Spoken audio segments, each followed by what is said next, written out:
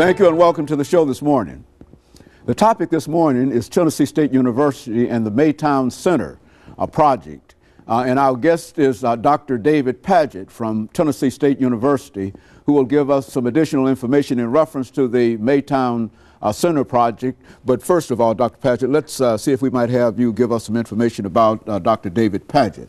Some information about your background, your education, and some of the things that were important in terms of leading you to Tennessee State University. And I also might add, Dr. Padgett, that our audience is probably familiar with you because you've been with us on a number of occasions. You gave us excellent information dealing with the chocolate cities, I think we called it at the time, urban America and some of the problems. And so that's why we wanted you back to deal with this problem specifically at Tennessee State University with the Maytown Center project. And of course, if you'll give us some information about your background, education, then we'll get started in reference to that. Yes, I've been at Tennessee State University for 10 years. I'm an associate professor of geography.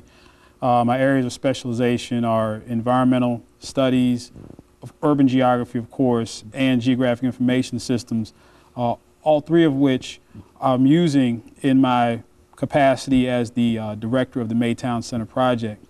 I've been the director of the Geographic Information Sciences Lab at Tennessee State University since 2000. And so we've worked on a number of projects in and around Nashville and in other parts of the country, looking at urban problems, urban issues, especially those pertaining to the environment and land use change. And so this project, again,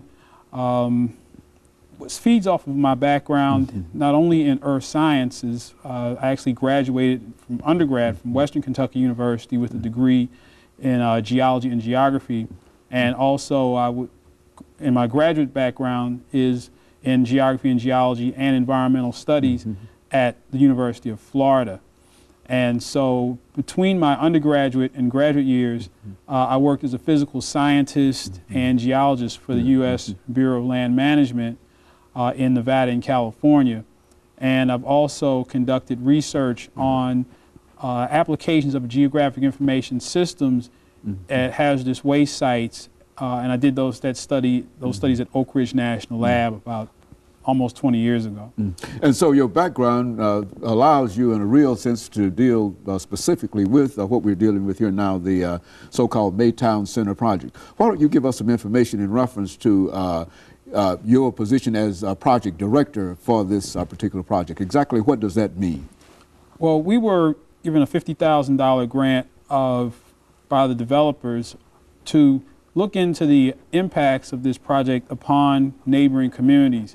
And of course, with TSU being a historically black college and university, we're looking at the environmental perceptions of African Americans specifically with regard to this project. Whether they happen to be residents, whether they happen to be council people, whether they happen to be on the planning commission, because there's a long history of environmental perception and environmental justice issues where African Americans have had interesting reactions to environmentally oriented projects such as the Maytown Center. And so now what you're trying to do is to sort of gauge how that develops and to provide in a real sense information, I would imagine, in reference to that. Yeah, so what we're doing with this information is we want to develop a model for HBCU private entity partnerships for urban and economic development.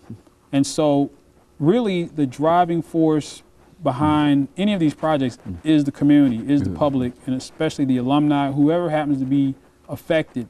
And we're trying to see how our institution, that is TSU, can work with a private entity, in this case the May family and their partners, in developing our communities, in bringing new buildings, new homes, grocery stores, whatever it is our communities need.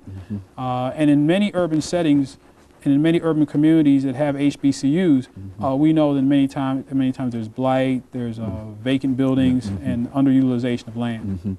And so this is something that you hope to be able to apply nationally in terms of historically black institutions of higher education. Is that what we're saying here? Yes, and it's a special model. We know that Vanderbilt is very much involved in urban development, but they have millions and millions of dollars. They invested $99 million into the 100 Oaks mall. We don't have $99 million. So we have to develop strategies where we leverage human power and influence in order to make change.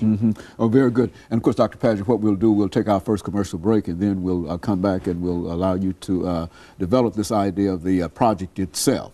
And of course, we'll be back with our audience following this very, very short commercial break.